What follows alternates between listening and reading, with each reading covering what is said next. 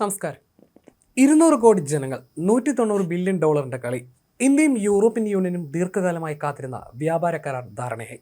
കരാറിൽ ഇന്ത്യയും യൂറോപ്യൻ യൂണിയനും ഒപ്പുവെച്ചു. യൂറോപ്യൻ യൂണിയനിൽ നിന്നുള്ള ഉൽപ്പന്നങ്ങളുടെ വില ഇനി കുറയും. 96% ഉൽപ്പന്നങ്ങൾക്കും ഇനി തീരുവയില്ല. അടുത്ത കാലത്ത് രാജ്യാന്തര തലത്തിൽ പ്രഖ്യാപിക്കപ്പെട്ട ഏറ്റവും വലിയ വ്യാപാര കരാറുകളിൽ ഒന്നാണിത്. മദർ ഓഫ് ഓൾ ഡീൽസ് എന്നാണ് കരാറിനെ പ്രധാനമന്ത്രി നരേന്ദ്രമോദി വിശേഷിപ്പിച്ചത്.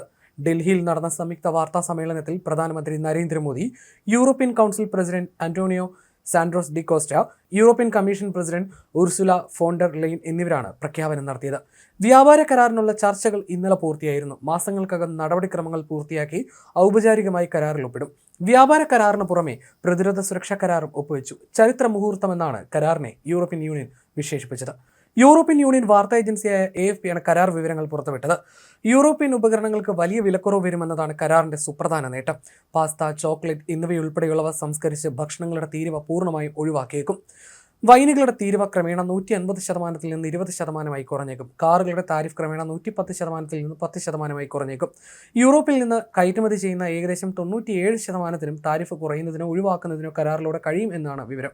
വ്യാപാര കരാറുകളുടെ മാതാവ് എന്ന് വിശേഷിപ്പിക്കപ്പെടുന്ന കരാർ ഇന്ത്യൻ കയറ്റുമതി മേഖലയ്ക്ക് വലിയ കുതിപ്പാകുമെന്നാണ് പ്രതീക്ഷ. 2024-25 സാമ്പത്തിക വർഷം $75.9 ബില്യൺ ഉൽപ്പന്നങ്ങളാണ് ഇന്ത്യ യൂറോപ്യൻ രാജ്യങ്ങളിലേക്ക് കയറ്റുമതി ചെയ്തത്. കരാർ പ്രാവർത്തികമാകുന്നതോടെ കയറ്റുമതി മേഖലയിൽ ഉടനടി 3 മുതൽ 5 ബില്യൺ നേട്ടം ഉണ്ടാകും. ഏതാണ്ട് 2 പതിറ്റാണ്ടുകളോളം ചർച്ച ചെയ്തതിനു ശേഷമാണ് യൂറോപ്യൻ യൂണിയനുമായിട്ടുള്ള വ്യാപാര കരാറിൽ ഇന്ത്യ ധാരണയിലെത്തിയത്. ആഗോള വിപണിയിലെ പ്രവേശനം ഉറപ്പാക്കാനുള്ള ഇന്ത്യയുടെ ശ്രമത്തിന്റെ ഭാഗമായി രാജ്യത്തിന്റെ 4 വർഷത്തിനുള്ളിലെ 9ാമത്തെ കരാറാണിത്.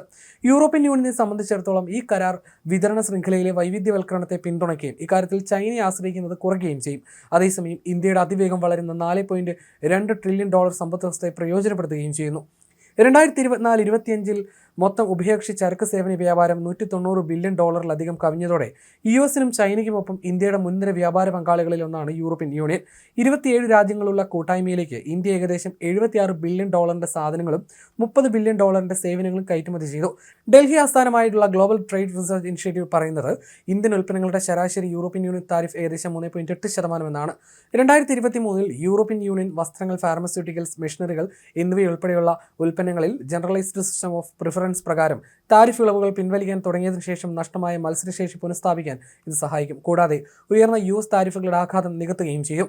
ലോകത്തെ മൊത്തം ആഭ്യന്തര ഉൽപ്പാദനത്തിന്റെ 4 വീതം കൈയാളുന്ന ഈ കരാറിനെ ഇതുകൊണ്ടാണ് എല്ലാ കരാറുകളുടെയും മാതാവ് എന്ന് വിശേഷിപ്പിക്കുന്നത്. ഏകദേശം 200 കോടി ജനങ്ങളെ ഉൾപ്പെടുത്തിക്കൊണ്ടുള്ള ഒരു കൂറ്റൻ വിപണിയാണ് ഇതിലൂടെ സൃഷ്ടിക്കപ്പെടുന്നത്.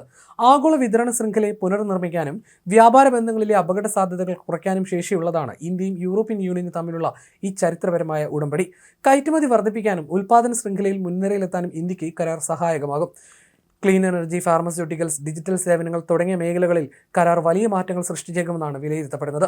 2007 തന്നെ കരാറിനെ സംബന്ധിച്ച ചർച്ചകൾ തുടങ്ങിയിരുന്നെങ്കിലും നടപ്പാക്കുന്നതിൽ തടസ്സം നേരിടുകയായിരുന്നു. നിലവിൽ India European union trade and technology council വഴി നിർണായക സാങ്കേതിക വിദ്യകളിലും വിതരണ ശൃംഖലകളിലും ഇരു വിഭാഗവും സഹകരണം ഉറപ്പാക്കുന്നുണ്ട്.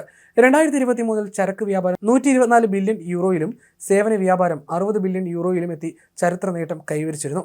2007 ആരംഭിച്ച ചർച്ചകൾ 2013 താൽക്കാലികമായി നിലയ്ക്കുകയും 2022 പുനരാരംഭിക്കുകയും ചെയ്തതാണ് ചരിത്രം. എന്നാൽ അമേരിക്കൻ പ്രസിഡന്റ് ഡൊണാൾഡ് ട്രംപിന്റെ പ്രവചനാതീതമായ സാമ്പത്തിക നയങ്ങൾ സൃഷ്ടിച്ച ആഗോള അനിശ്ചിതത്വമാണ് ഇന്ത്യയും യൂറോപ്പിനെയും ഇത്തരമൊരു തന്ത്രപരമായ തീരുമാനത്തിലേക്ക് വേഗത്തിലെത്തിച്ചത്.